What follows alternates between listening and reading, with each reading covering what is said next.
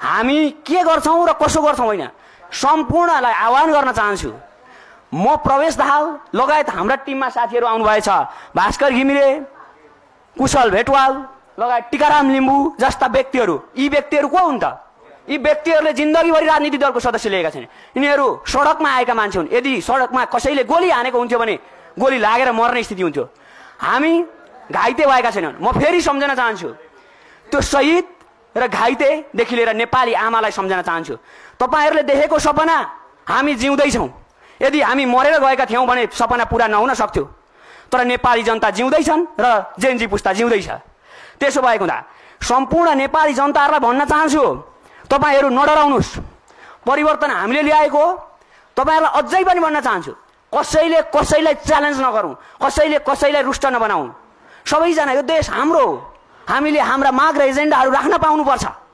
त्यसो भएको हुँदा हामी भाषण गर्न, साँच्चै भन्ने भने भाषण नेपालकै तरिकाले जाने भने हाम्रो टिमले भाषण गर्न सक्छ। जेनजी पुस्ता त्यति राजनीति नबुझेको छ। कालमार्क्सका सिद्धान्त के छन् सबै कुरा थाहा छ। तर के अब नेपालीले नेपालको सिद्धान्त बनाउँछ, नेपालीले नेपालको मुलुकको भाग्य र भविष्य बनाउँछ, डराउँदैन। अब त्यसो भएको हुँदा सडकमा आएको जेनजी पुस्ता, सम्पूर्ण नेपाली जनता, तपाईहरू साथ दिनुहोस्। यतिखेर जब हामी आन्दोलन गर्ने बेलामा जुट्यौं, अब माग पूरा गर्ने बेलामा फुटेर हुँदैन।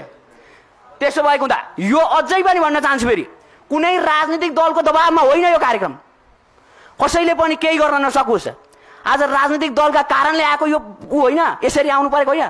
हामी भन्न चाहन्छौँ, आन्दोलन कहिले पनि लिमिटेसन हुँदैन, कहिले पनि क्राइटेरिया हुँदैन। आन्दोलनले ल्याएको परिवर्तन कसैले पनि कमजोर नसम्झिँदा हुन्छ। आन्दोलन आवश्यकता थियो। आन्दोलनको आवश्यकताले अब डक्ट्रिन, नेसेसिटी अफ डक्ट्रिन हुन्छ। आवश्यकताका सिद्धान्तहरू परिस्थितिले पद्धति बनाउने हो, नियम बनाउने हो। त्यसो हुँदा हिजोका नियमबाट रुष्ट नेपाली जनताहरू आज नयाँ नियम बनाएर कार्यान्वयन गर्न चाहन्छन्। त्यसो भएको त हाम्रा एजेन्डाहरू, एकछिन साथीहरू एकछिन, हाम्रा एजेन्डाहरू के छन्? अब एजेन्डातिर लाग्न चाहन्छु। एजेन्डाहरू हामी प्रष्ट भन्न चाहन्छौँ। अघिदेखि मैले भनेको छु, एजेन्डाहरू के छन् भन्ने कुरा आदरणीय दाजुभाइ तथा दिदीबहिनीहरू, प्रिय जेनजी युवा पुस्ताहरू, आदरणीय उसमा मतलब कि शहीद हुनुभएका शहीदहरू, हस्पिटलको बेडमा हुनुभएका घाइतेहरू लगायत अहिलेको तत्कालीन सरकारका राष्ट्रपतिज्यू, प्रधानमन्त्रीज्यू लगायत सम्पूर्ण नेपाली जनताहरू, अहिलेको शून्यताको स्थितिलाई स्थिरतामा बदल्न हालको अन्तरिम सरकारले तत्काल निर्णय लिनुपर्छ। के निर्णय लिनुपर्छ त? हामीले निर्णय के लिनुपर्छ? तत्कालीन संविधानलाई परिमार्जन गर्न सकिन्छ भने परिमार्जन गरेर अन्तरिम संविधान जारी गरेर प्रत्यक्ष कार्यकारी निर्वाचनको घोषणा गर्नुपर्छ।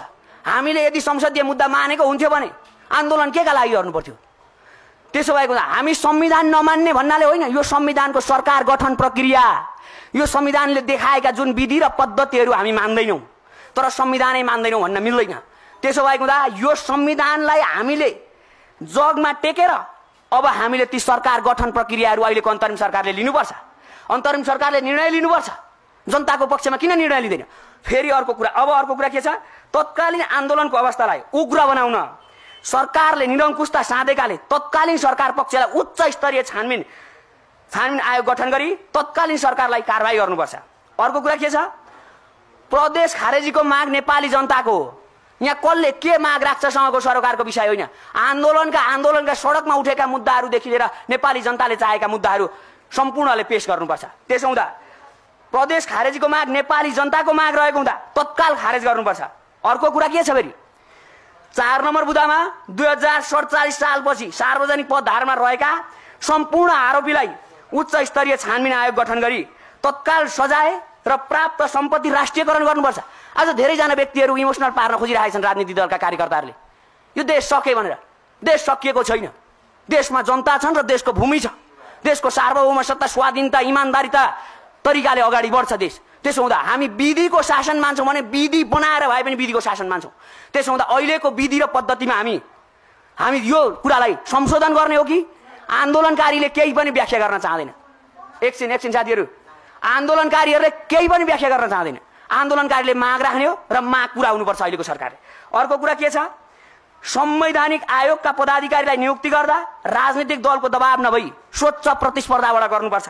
अर्को के छ फेरि यहाँ धेरै कारण चाहिँ के भयो भन्दा विश्वविद्यालयका राजनीतिक दलका संगठनहरू हावी भइरहेका छन्। विश्वविद्यालयमा रहेका सम्पूर्ण विद्यार्थी संगठन सोभिउ हटाउनुपर्छ। प्रत्यक्ष कार्यकारी प्रधानमन्त्रीको नेतृत्वमा विशेषज्ञको टोलीमा मन्त्री परिषद गठन गर्नुपर्छ।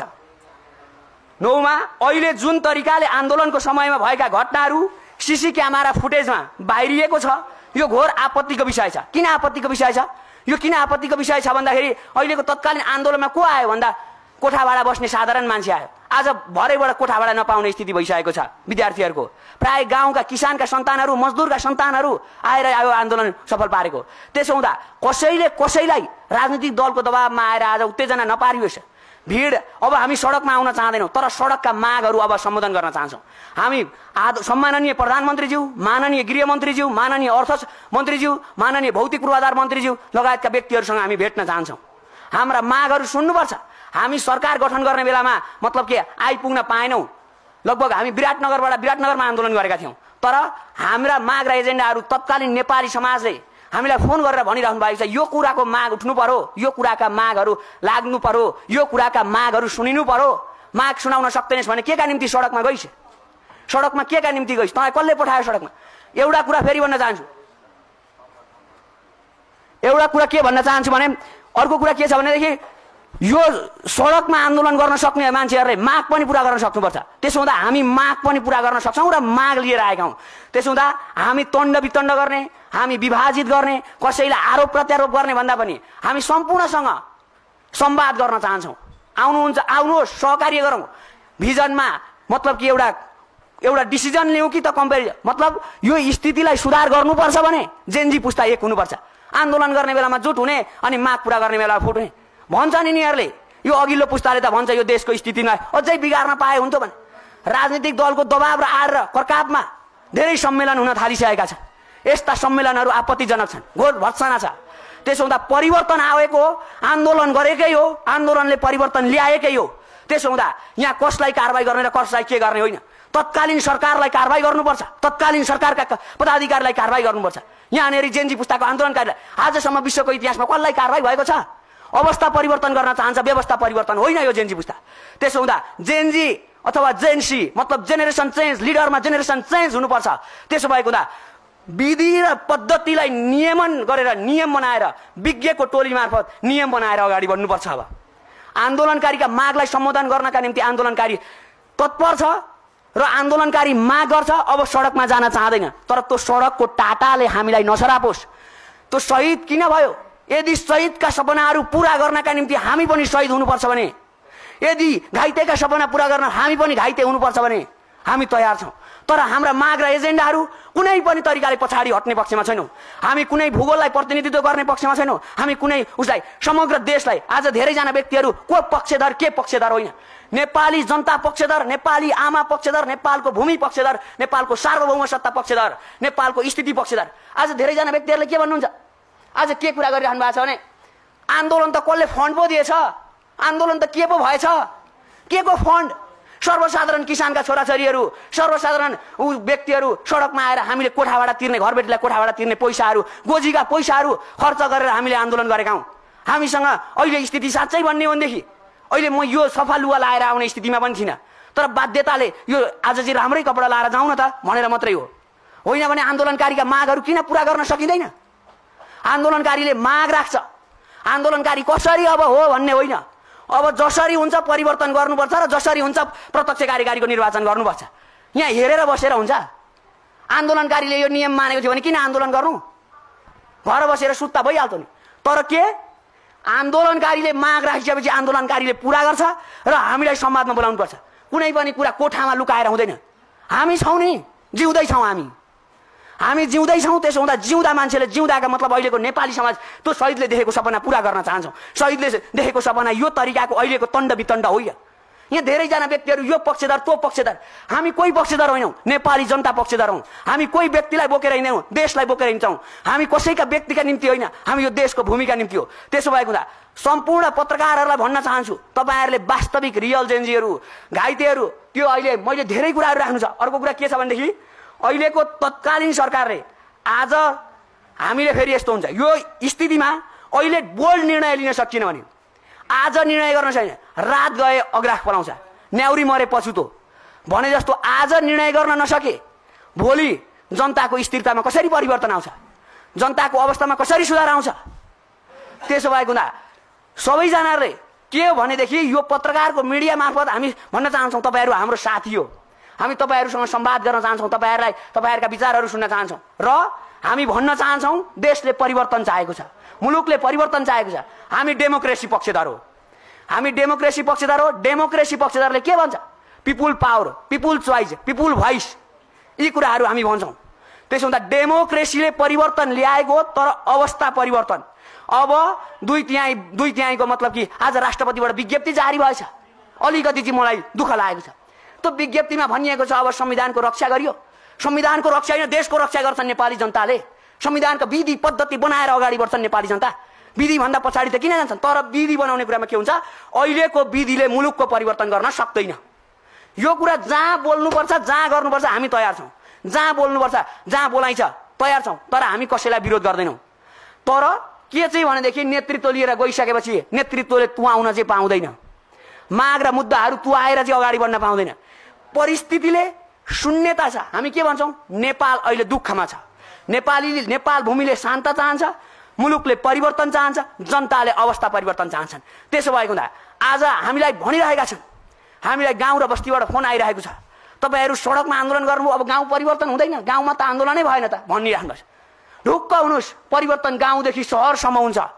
देशदेखि मतलब यो देशको भूमि जुनसुकै ठाउँ र टोलका हुन्छन्। त्यसो हुँदा आन्दोलन काठमाडौँमा मात्रै भएको होइन, आन्दोलन देशव्यापी रूपमा भएको हो। त्यसो हुँदा देशव्यापी रूपमा सुनिनुपर्छ र देशव्यापी रूपमा अगाडि बढ्नुपर्छ र परिस्थितिलाई पद्धतिमा बढाएर नियमन गरेर मुलुक र जनताको भाग्य र भविष्यलाई परिवर्तन गर्नुपर्छ भन्ने कुरामा हामी दुई मत छैनौँ।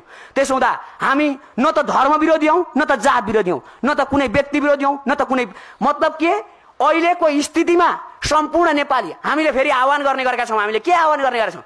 यतिखेर हाम्रो जात भनेको नेपाली, धर्म भनेको नेपाल जोगाउने, यो हो हाम्रो यतिखेरको परिस्थितिमा। त्यो हुँदा को व्यक्तिले नेतृत्व गरेर को कसले के गर होइन, अबको स्थितिलाई कसरी सुधार गर्नुपर्छ। लुकेर किन लुक्ने? आन्दोलन गर्ने बेलामा आन्दोलन, अब धेरैजना आन्दोलनकारीहरू डराइरहनु भएको छ।